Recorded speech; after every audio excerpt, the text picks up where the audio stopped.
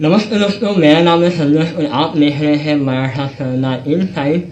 तो मैं आपको और एक चीज़ बताता हूँ कि और एक डेवलपमेंट निकल के सामने आई है मालदीव से, जहाँ पे जो मालदीव के जो प्रेसिडेंट है वो पार्क यूसी जो चाइना की यात्रा है उसके लिए गए थे और उसके बाद में उनका एक बहुत बड़ा भव्य स्वागत हुआ और स्वागत के साथ में ही उनका जो एग्रीमेंट है 20 एग्रीमेंट एमओयू साइन हुए हैं, जहाँ पे एक एग्रीमेंट वही एग्रीमेंट है जो इंडिया ने मालदीव के साथ में किया था, जहाँ पे हमारे इंडियन आर्मी डिप्लॉयड है।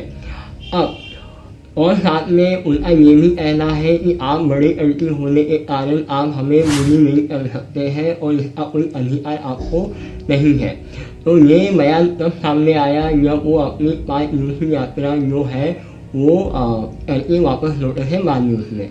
तो मैं आपको और एक चीज़ ऐड करता हूँ, इसमें एक जियो पॉलिटिक्स में एक बहुत बड़ी बात कही गई है, जहाँ पे ये कहा गया है कि इन जियो पॉलिटिक्स कोई भी आपका दुश्मन नहीं होता है और कोई भी आपका बड़े से बड़ा एनिमी नहीं होता है। यहाँ पे सिर्फ और सिर्फ बात होती है आपके इंटरेस्ट की। तो वही इंटरेस्ट चाइना का श्रीलंका में भी था, वही इंटरेस्ट चाइना का पाकिस्तान में भी था, वही इंटरेस्ट चाइना का यहाँ नेपाल में भी था। तो बात सिंपल ही है, चाइना अपना इन्फ्लुएंस बढ़ाते जा रहा है छोटे छोटे देशों में, जहाँ पे वो लोन लेता है, लोन के बदले वो जो कुछ कार्रवाई करता है वो किसी से चुका नहीं है। तो अब बात सामने ये आती है कि मालदीव और कितना डाउन जाने वाला है। तो मैं आपको बता दूँ कि जिस तरीके से श्रीलंका में बैंक करप्सी आई थी, ठीक है, पाकिस्तान में तो आपको हाल मालूम है क्या हो रहा है, नेपाल बचते बचते बच गया, ठीक है।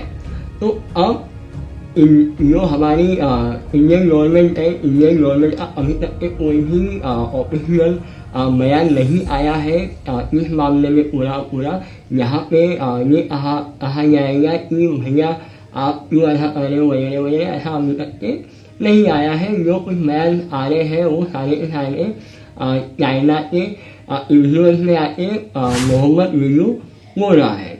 और साथ में आपको ये भी ऐड कर लूँगा कि वहाँ पे अभी एक मेयर का इलेक्शन हुआ था, उस इलेक्शन में जो प्रेसिडेंट वीडियो की जो पार्टी है वो बुरी तरीके से हार चुकी है, क्योंकि जिस तरीके से वहाँ पे ये नुकसान होने वाला है आने वाले समय में वो वहाँ के लोगों को पता है। और मैं आपको और एक चीज़ बता दूँ कि वहाँ पे मोस्ट अपना जो टीचर्स है, डॉक्टर्स है, जो इंजीनियर्स है, जो भी एकदम एसेंशियल काम होते हैं, उस एसेंशियल कामों में ज़्यादातर वहाँ पे इंडियन ही काम करते हैं।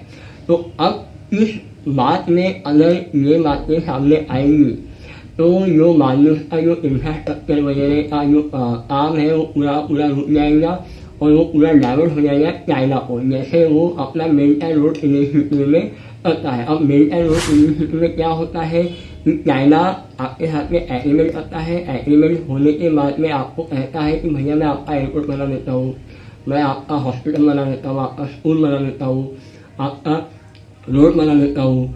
तो इस चक्कर में क्या होता है कि ऐसे एग्रीमेंट साइन करवा देता है चाइना, यहाँ पे अगर आप उनका लोन वापस नहीं कर पाते हो तो वॉटेवर जो उनका जो प्रॉपर्टी वगैरह होता है उस देश का वो कंट्री चाइना को हैंड ओवर कर देता है। ऐसा जो लोन लेते हैं ना मॉर्गेज, ऐसा मॉर्गेज उनको कर देते हैं। अब इसके बाद में चाइना का जो स्टांस है ये आज नहीं आया है। अब इतनी छोटी सी कंट्री का ये इतना बड़ा प्यार जो लिख रहा है, जिस तरीके से उसका वेलकम हुआ है, ये वेलकम मालदीव का नहीं हुआ है, ये वेलकम ये बताने के लिए हुआ है हमारे इंडियंस को कि देखो हमने कितना बड़ा भव्य वेलकम किया है। तो मैं आपको एक चीज़ बता दूँ कि जो राजा महेंद्र राजा पक्षा है उसका भी ऐसा ही भव्य वेलकम एक ज़माने में हुआ था चाइना की तरफ से। और फिर उसके बाद में चाइना ने श्रीलंका क्या हाल किया था ये आप सबको पता है। जिस प्रकार से वहाँ पे अनएम्प्लॉयमेंट आया, वहाँ पे जो कहना ये कह रहा था कि जो हमारी जो मिलिट्री है वहाँ पे डिप्लॉय हो जाएगी वगैरह वगैरह। उसने बहुत कुछ किया और उसका जो बातें हैं, जो एक देश के लिए जो बातें हैं जो सामने आई थी वो बहुत ही बुरी बातें सामने आ चुकी थी। जिस तरीके से आज भी पाकिस्तान भाग भाग के सऊदी के पास जाता है या IMF के पास जाता है लोन मांगने के लिए, तो ये सारी जो स्थिति है ये चाइना की वजह से ही क्रिएट हुई थी। तो सेम जो स्थिति है वो आने वाले समय में मालदीव का भी होने वाला है। यहाँ पे और एक बात ये कह रहा है मालदीव, चाइना को कहा कि जो आपके जो सिटीजन है उनको बताइए कि आप हमारे मालदीव में आइए। तो मैं आपको एक बता देता हूँ कि आप किसी भी कंट्री के लोगों को इन्फ्लुएंस नहीं कर सकते हो कि आप इस कंट्री में जाओ, उस कंट्री में जाओ, घूमने को जाओ, ये हो नहीं सकता है। अब वहाँ का जो सिटीजन है वो तय करेगा कि मुझे कहाँ पे जाना है, उसकी सैलरी क्या है, वो कहाँ तक के जा सकता है, ये उसके ऊपर डिपेंड करता है। आप उसको नहीं कह सकते या किसी और कंट्री को नहीं कह सकते हो कि भैया आप जो लोग हैं वो हमारे यहाँ पे भेजिए, टूरिज्म को सपोर्ट करने के लिए भेजिए, तो ये चीज़ें नहीं होती हैं। तो अगर अब सामने में कोई अपडेट आता है तो मैं वीडियो बना के आपको जरूर अपडेट करूँगा। तब तक के लिए जय श्री राम, जय हिंद, जय भारत।